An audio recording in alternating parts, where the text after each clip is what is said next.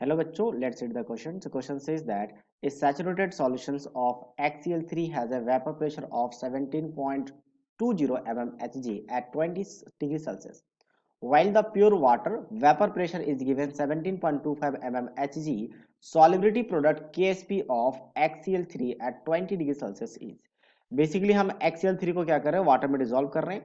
तो जैसे ही डिसॉल्व करेंगे ये क्या होता है आपका, पहले जितना भी इसका सॉलिबिलिटी है वो एक्वस सॉल्यूशन में सॉल्युबल होगा और पूरा का पूरा इसमें डिसोसिएट हो जाते हैं आयंस में। ठीक है, जितना सॉल्युबल है वो, जितनी सॉल्युबल है वो आपके पास पूरा का पूरा आयंस में डिसोसिएट हो जाएंगे। तो 100% आयनेशन मानते हैं। अब इसकी सॉल्युबिलिटी अगर मैं S मान लूं तो हमें KSP पूछा है, तो इसकी सॉल्युबिलिटी अगर S हो तो X+3 आयन का कितना हो जाएगा, X हो जाएगा, और Cl नेगेटिव का कितना हो जाएगा, 3S हो जाएगा। तो KSP कैसे डिफाइन करते हैं, तो KSP इज इक्वल टू होता है कंसंट्रेशन ऑफ द आयन, यानी कि +3 और उसका स्टोइचियोमेट्रिक कोएफिशिएंट ही उसका पावर बन जाता है, तो यहाँ पे 3 आ जाएगा। अब ये मुझे S पता है और यहाँ पे हमने कितना माना है, 3S माना है, तो यहाँ पे क्यूब हो जाएगा। और 3 का क्यूब कितना होता है, 27, तो 27 मल्टीप्लाई ऑफ S⁴। अब ये सॉलिबिलिटी कैसे निकालेंगे, हमें ये सोचना है। तो सॉलिबिलिटी बेसिकली हम मेजर करते हैं किसके फॉर्म में, कंसंट्रेशन के फॉर्म में, number of moles upon volume, यानी कि हमें कंसंट्रेशन सोचना है कि मोलरिटी सोचना है। और सॉल्यूशन चैप्टर में मोलरिटी और मोलालिटी को लगभग हम इक्वल मानते हैं, क्योंकि मोलालिटी का एक स्पेशल फॉर्मूला होता है, हम फॉर्मूला का यूज करेंगे। डेरिवेशंस होते हैं इनमें बहुत सारे स्पेशल फॉर्मूले जो हम निकालते हैं मोल कॉन्सेप्ट में। वहां से एक फॉर्मूला आता है आपके पास, P not minus P divided by P. P not क्या आपका प्योर फॉर्म में प्योर वाटर का वेपर प्रेशर, पी आपका सॉल्यूशन का अपन P, into 1000 times divided by M. M of किसका, एम रहेगा आपका सॉल्वेंट का, तो यहाँ पे सॉल्वेंट का एम रहेगा।